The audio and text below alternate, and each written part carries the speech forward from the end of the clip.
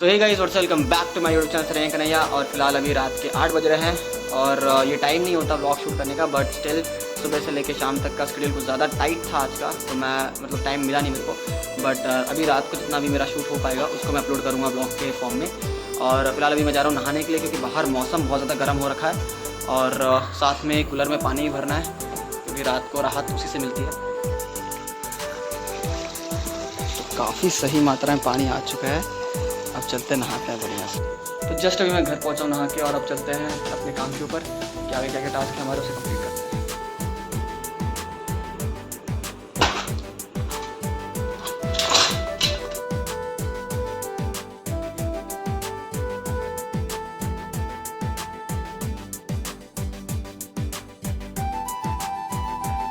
तब चलते खाना खाने में क्या बनाया मन? चिकन बनाया। अच्छा, शक्ल देख के पता ही लग रहा था तेरे। हाँ, जा रहा है।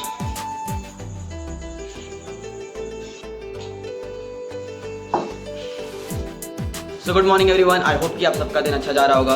और आज है 17 तारीख और आज की सुबह की शुरुआत होगी जीके की सेशन से, जो कि इससे के लिए इम्पोर्टेंट है। तो मैं हिस्ट्री से स्टार्ट करूँगा और तो बिना कोई समय व्यतीत किए हुए let's directly hit the desk. So ये सभी बज रहे हैं दोपहर के 1 और अभी फ़िलहाल मैं एक मॉक दे करके खाली हुआ था। सेक्शनल मॉक दिया था मैंने मैथ्स का, जिसमें कि एक क्वेश्चन मेरे से नहीं बना था, तो उसको एनालाइज किया मैंने। उसके बाद फिर एक और मॉक दूंगा मैं, वो भी सीजीएल का प्री का मॉक होगा, क्योंकि जो प्रीवियस ईयर पेपर आ रखे हैं वही क्वेश्चन ज़्यादा रिपीट होने के चांस रहते हैं। तो उसी का पेपर वापस से एक बार दूंगा मैं, सेक्शनल मॉक मैथ्स का। फिर उसमें क्या कैसा रिजल्ट रहा वो आपको दिखाएंगे।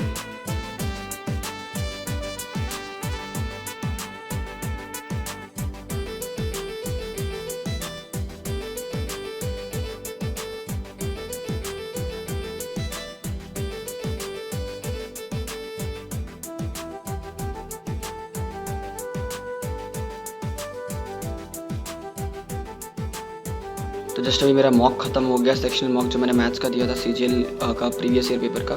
तो उसमें 1 to 25 क्वेश्चंस में बस 2 क्वेश्चन 21st और 22nd थे, जिसमें मेरे को थोड़ा सा प्रॉब्लम हुआ सॉल्व करने में। लेकिन ऐसा नहीं कि सॉल्व नहीं हुआ, थोड़ा टाइम लगा, लेकिन बाद में सॉल्व किया मैंने इन्हें। तो 2 क्वेश्चन फंसे थे, बाकी सब आसानी से हो गए थे। तो पेपर काफ़ी सही था। फिलहाल अभी शाम के 7 बज रहे हैं और मेरे पास है पीसीएस का पेपर, जिसका एनालिसिस मैं अभी कुछ देर बाद कराऊंगा। लेकिन उसके पहले एक मील ले लेता हूं मैं, ताकि एनर्जी कंप्लीट तरीके से आ जाए बॉडी में। उसके बाद फिर आपको कंप्लीट एनालिसिस तो नहीं कराऊंगा मैं, लेकिन इसमें से मॉडर्न हिस्ट्री का सेक्शन इंक्लूडिंग आपका पॉलिटी और करंट अफेयर का सेक्शन इसमें कवर कराऊंगा और बताऊंगा कैसे कैसे क्वेश्चन आया, उसको एक्सप्लेन भी करूँगा साथ में। फिलहाल मेरे पास एक ग्लास दूध और 3 केले प्लस एक प्रोटीन मिक्स पाउडर। तो अभी फ़िलहाल ये अपना मील कंप्लीट करते हैं, उसके बाद फिर बाकी काम करेंगे आगे। अभी फ़िलहाल मील कंप्लीट हो चुका है, अब इसको जल्दी से खत्म करते हैं, उसके बाद फिर आगे पेपर एनालिसिस पे चलते हैं। तो चलिए अब शुरू करते हैं क्वेश्चन पेपर का एनालिसिस करना। तो ये है 2023 का यूपी पीसीएस का पेपर। तो सबसे पहले तो एक क्वेश्चन आया था करंट अफेयर से रिलेटेड।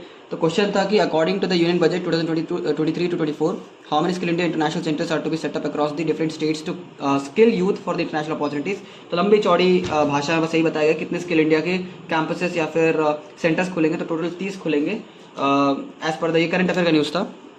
इसके अलावा एक बुक है स्पेयर, वो किसने लिखी है तो मेरे को पता नहीं था, मैंने सर्च किया इंटरनेट पे, प्रिंस हैरी ने।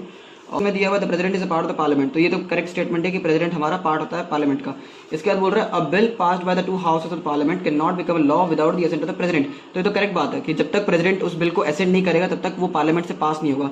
तो पार्लियामेंट का पार्ट है प्रेसिडेंट, और पार्लियामेंट में फंक्शन कैसे करेगा वो रीजन दिया हुआ है। तो ऑब्वियसली इसमें बोथ स्टेटमेंट ए और स्टेटमेंट में असर्शन और रीजन दोनों करेक्ट हो जाएंगे। अल नीनो के इफेक्ट के ऊपर ये तो काफी ज्यादा एक चर्चित क्वेश्चन रहता है उसमें ज्योग्राफी को लेकर के। और फिर उसके बाद कौन सी वुमेन क्विट इंडिया मूवमेंट जो 1942 में गांधी जी ने स्टार्ट किया, जिसमें कि उन्होंने डू और डाई का स्लोगन दिया था, तो उसमें कौन सी वुमेन पार्ट नहीं थी? तो उसका ऑप्शन है आपका डी, शांति घोष पार्ट नहीं की थी। उसके बाद माउंट न्यूमैन में कौन सा मिनरल फाउंड होता है? तो आयरन ओर इसका था। दिसंबर 2022 करंट का न्यूज़ है कि ऐसा कौन सा कंट्री है जो कि मैंडेटरी कर दिया, मैंडेटरी मतलब एकदम नेसेसरी है कि मिलिट्री सर्विसेज में उनको 1 ईयर की सर्विस देनी पड़ेगी मेल्स को, तो वो है आपका ताइवान। फिर एक और पॉलिटिकल क्वेश्चन आया कि the supreme court has the power to issue the writs like habeas corpus mandamus prohibition quo warranto and certiorari which is appropriate for the enforcement of the fundamental rights. तो ये तो correct है first statement. और second statement है कि अब जो Ritz जो सुप्रीम कोर्ट इशू करता है वो होता है आर्टिकल 32 के अंदर। जो आर्टिकल 32 के अंदर सुप्रीम कोर्ट करता है, और वही अगर हाई कोर्ट करेगा तो हाई कोर्ट करेगा आपका आर्टिकल 226 226 के अंदर, ठीक है। और रिट्स जुरिस्डिक्शन में जो फंडामेंटल राइट्स के में पावर जो होती है वो हाई कोर्ट के पास ज़्यादा वाइडर मतलब पावर होती है as compare to supreme court इस केस में। Parliament may by law empower any other court to exercise within its jurisdiction the power given to supreme court. तो ये भी करेक्ट स्टेटमेंट है, तो इसमें बोथ 1 और 2 हो जाएगा आपका। फिर इसके बाद यहाँ पर आ जाइए कि who was the leader of the rebellion in Bareilly. Bareilly से जैसे कि 1857 का विद्रोह जो हुआ था, रिवोल्ट ऑफ 1857, जिसको वीडी सावरकर ने कहा था कि हमारा फर्स्ट वॉर ऑफ इंडिपेंडेंस है, तो उसमें बरेली से कौन मतलब कि रेबेल कर रहा था, तो वो खान बहादुर खान थे। फिर एक करंट का क्वेश्चन था जो इस पर खान सर ने एक वीडियो बनाया था कि नेपाल में जो एयरलाइन क्रैश हुई थी वो कौन सी एयरलाइन थी, तो यति एयरलाइंस इसका ऑप्शन हो जाता है आपका। यहाँ पर फिर से पॉलिटिकल क्वेश्चन आ जाता है जिसमें आर्टिकल 324 आपका बात करता है यहाँ पर इलेक्शन कमीशन के बारे में, जो कि पूरे स्टेट में और सेंट्रल गवर्नमेंट में इलेक्शन करवाती है। फिर उसके बाद आ जाता है आपका आर्टिकल 315 जो कि यूपीएससी के बारे में बात करता है, पब्लिक सर्विस कमीशन के बारे में, जो कि आपका संगठन है जो नौकरी के लिए मतलब फॉर्म्स निकालते हैं ग्रेड ए सर्विस के लिए। फिर उसके बाद आर्टिकल 280 आ जाता है और ये बात करता है आपका फाइनेंस कमीशन के बारे में। और आर्टिकल 338 जो आपका हो जाता है national commission for scheduled caste के लिए, तो उसमें ऑप्शन ए आपका जो भी है मैच करके करेक्ट हो जाता है। फिर इसके बाद वापस से एक पॉलिटिकल क्वेश्चन है जिसमें कि 2 स्टेटमेंट दी हुई है, तो स्टेटमेंट 1 को पढ़ते हैं हम। स्टेटमेंट 1 कहता है person is appointed as attorney general who is qualified to be appointed as the judge of the Supreme Court। तो ये तो करेक्ट स्टेटमेंट है कि जो सुप्रीम कोर्ट के जज के रूप में अपॉइंट होने के लिए एप्लीकेबल रहता है तो वो अटॉर्नी जनरल बन सकता है भारत का। और उसके बाद नेक्स्ट स्टेटमेंट दिया कि attorney general can be removed through the same process as the जजेस ऑफ द सुप्रीम कोर्ट। तो ये गलत स्टेटमेंट है। इनके रिमूवल की पहली बात तो करेक्ट तरीके से मतलब मेंशन किया नहीं गया, इनको प्रेसिडेंट रिमूव करता है। और यहाँ पर एक और क्वेश्चन दिया हुआ है with reference to the composition of the legislative council in the state of India, which the following statements are correct। तो सबसे पहला स्टेटमेंट कहता है कि इसमें दोनों स्टेटमेंट करेक्ट है, दोनों स्टेटमेंट को समझ लेते हैं हम लोग।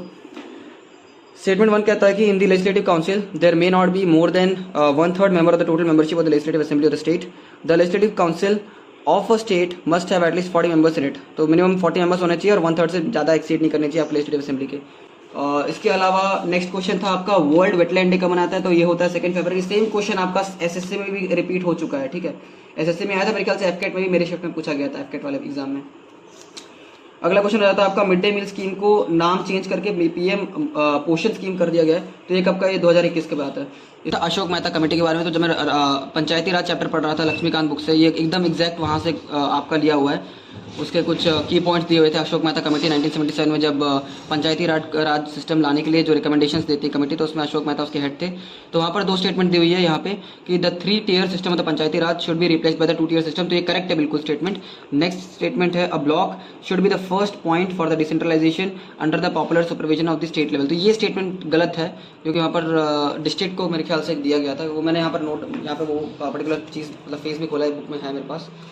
जैसे यहाँ पर जो पंचायती राज वाला चैप्टर है इसमें आप यहाँ पे देख सकते हैं अशोक मेहता कमेटी के बारे में दिया हुआ कंप्लीट नॉलेज। यहाँ से यहाँ तक तो फालतू में कोई पड़ेगा, पहली 2 स्टेटमेंट में ही क्लियर हो जाते हैं सारे, मतलब जो क्वेश्चन बना है पहले 2 स्टेटमेंट से ही बना है निकाल करके अशोक मेहता कमेटी में से। तो लक्ष्मीकांत बुक से क्वेश्चन काफ़ी फंस जाते हैं, मतलब इसके बाहर कुछ है ही नहीं, बाकी आपकी अंडरस्टैंडिंग होनी चाहिए। फिलहाल अभी करने वाले हम जॉइंट सिटिंग स्टडी।